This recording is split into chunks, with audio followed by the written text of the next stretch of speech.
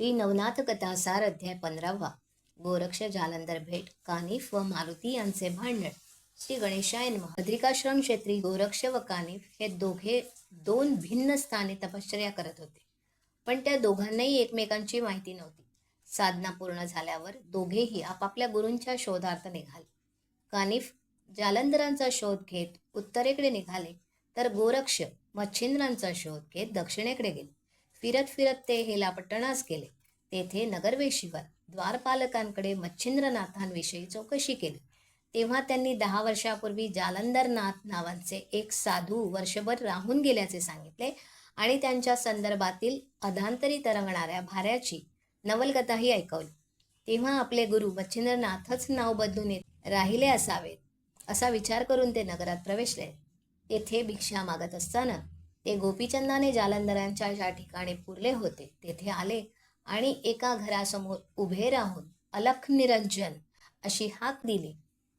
तो सवाल ऐकताच जालंधरांनी भूगर्भातून आदेश शब्द उच्चारला.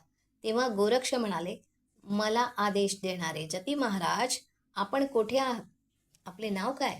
तेव्हा जालंधरांनी त्यांना स्वतःचे नाव व सध्या ते जमिनीच्या पोटात असल्याचे सांगितले. मग त्यांनी गोरक्षांची विचारपूस केली.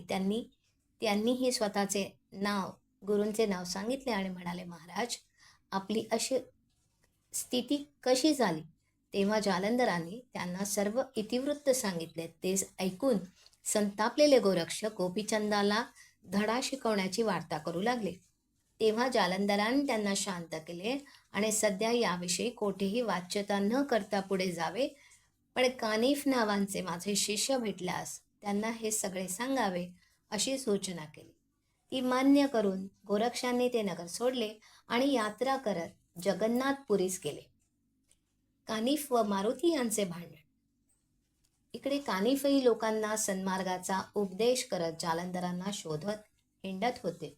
आपल्या 700 शिष्यांना बरोबर घेऊन ते नित्य प्रवास करत असत. अशा प्रकारे फिरत फिरत ते पूर्वेकडील स्त्रीराज्यापाशी आले. त्या राज्यात गेलेला कोणीही पुरुष वाचत नाही अशी वदंता पसरली असल्यामुळे प्रत्यक्ष आपले गुरुच तेथे जाऊ इच्छित आहेत हे समजताच त्यांच्या शिष्यांचे धाबेदण आणले. त्यांना पुढे जाण्याचा धीर होईना. ते जागोजागी बसून आपापसात उलट चर्चा करू लागले. ही वार्ता कानिफनाथांना समजताच त्यांनी त्यांच्या मनात धैर्य आणि आत्मविश्वास निर्माण करण्यासाठी लीला दाखवण्याचे ठरवले. श्रीराज्याचा मार्ग सोडून त्यांनी बाकीच्या सर्व दिशा स्पर्शास्त्राने भारून टाकल्या आणि आपल्या शिष्यांना म्हणाले, मी श्रीराज्यात जाणार आहे आणि तेही गुरूंवर श्रद्धा ठेवून न भिता जाणार आहे. आता ज्यांना आपल्या जीवाची भीती असेल त्यांनी खुशाल परत फिरावे.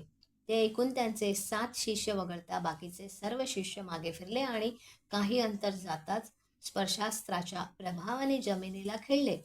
ते आपले चिकटलेले हात पायाने हलवण्याचा प्रयत्न करू लागले, तर त्यांचे हातही जमिनीला चिकटले आणि ते ओणवेच राहिले. तेव्हा नाथांनी विभक्तास्त्राने भरलेली विभूती आपल्या 7 शिष्यांच्या कपाळास लावली आणि त्यांना जमिनीस चिकटलेल्या शिष्यांच्या पाठीवर एक एक दगड ठेवून येण्यास सांगितले. त्यांना पाहून ते शेकडो शिष्य शर्मिंदे झाले. मग त्या 7ही जणांनी मोठाले दगड आणून त्या प्रत्येकाच्या पाठीवर ठेवले, तर तेही त्यांच्या पाठीला चिकटले. ते ओझे असह्य होऊन ते तळमळू लागले. तेव्हा त्या 7ही शिष्यांनी त्यांची चांगलीच कानउघाडणी केली. त्या समयी ते सर्वजण नाथांची क्षमा मागून सोडवण्याची विनंती करू लागले. हे वृत्त त्या शिष्यांनी कानिफांना सांगताच त्यांनी विभक्तास्त्राच्या साह्याने त्यांची मुक्तता केली. तेव्हा त्या सर्वांच्या मनात आपल्या गुरुविषयी पूज्यभाव निर्माण झाला आणि ते स्त्रीराज्याकडे निघाले. सायंकाळच्या सुमारास कानिफनाथ सरहद्दीवर आले आणि त्यांनी विश्रांतीसाठी तेथेच डेरा टाकला. त्या रात्री मारुती भूपकार करण्यासाठी श्रीराज्यात जात असताना तेही स्पर्शास्त्राच्या तावडीत सापडले, पण त्यांनी अस्त्राला जुमानले नाही. तेवढ्यात त्यांना नाथपंथीयांचा जथा दिसला. हे काम त्यांच्यापैकीच कोणाचे तरी असावे हे त्यांनी ओळखले आणि हे लोक जर आत गेले तर मी गुंतवून ठेवलेल्या मच्छिंद्रनाथांना बोध करून परत नेतील. त्यामुळे मैनाकिनी दुःखी होईल, तेव्हा या मंडळींना इथूनच घाबरवून हाकलले पाहिजे असा विचार करून त्यांनी विशाल रूप धरून गगनभेदी गर्जना केली. ही ऐकून कानिफांचे शिष्य स्वरक्षणासाठी त्यांच्यापाशी धावले. त्या सर्वांना धीर देऊन ते नाथजी स्वतः मारुतींचा प्रतिकार करण्यास सरसावले. मग त्या दोन महावीरांमध्ये एकच धुमश्चक्री उडाली. दगडशिळा भिरकावणाऱ्या मारुतींनी नाथांच्या वज्रास्त्राचे चूर्ण केले. तेव्हा चिडलेल्या नाथांनी कालिका, अग्नी, इंद्र आणि वायू अशा 4 अस्त्रांचा एकदम मारा करून त्यांना जर्जर केले.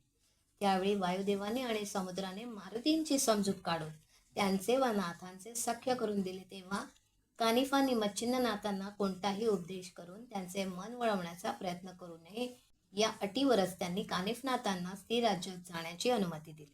हे मान्य करून त्यांनी तेथे प्रवेश केला. ते वृत्त मच्छिंद्रनाथांना कळताच त्यांच्या मनात ते गोरक्ष असल्यास आपल्याला येथील सर्व सुखांचा त्याग करून त्यांच्याबरोबर जावे लागेल अशी चिंता उत्पन्न झाली.